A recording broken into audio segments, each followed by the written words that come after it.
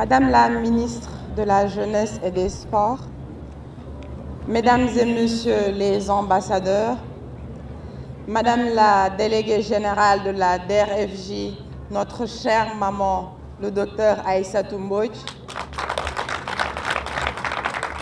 Mesdames et Messieurs les membres de l'amicale du personnel de la DER/FJ, Mesdames et Messieurs les bénéficiaires et partenaires de la DER/FJ, Mesdames et Messieurs les membres de la Fédération sénégalaise de randonnée pédestre, chers randonneurs, je ne suis pas venue aujourd'hui pour prononcer un discours.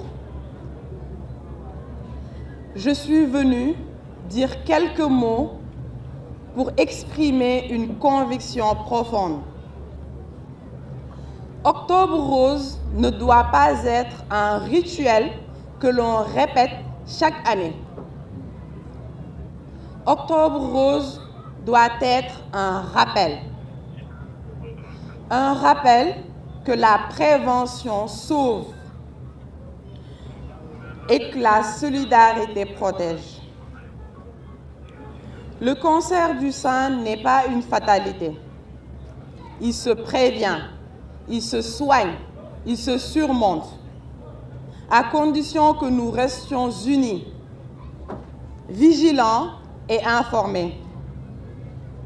Chaque femme sauvée l'est grâce à une main tendue, une oreille attentive, un geste préventif. C'est cela la vraie chaîne de solidarité.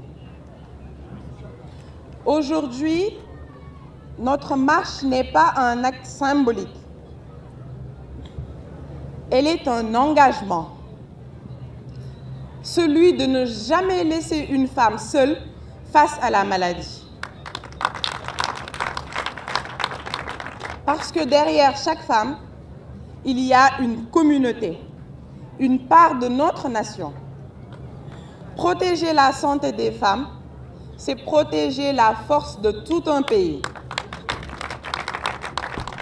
Je veux saluer ces femmes qui luttent contre la maladie, avec courage, avec dignité, et ceux qui les accompagnent, les médecins, les familles et les associations.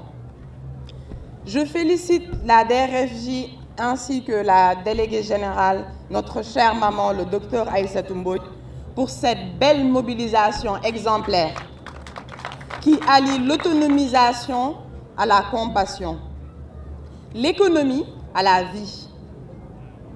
Ce combat, c'est celui de toutes les femmes, mais aussi de celui des hommes, des institutions et de chacun de nous.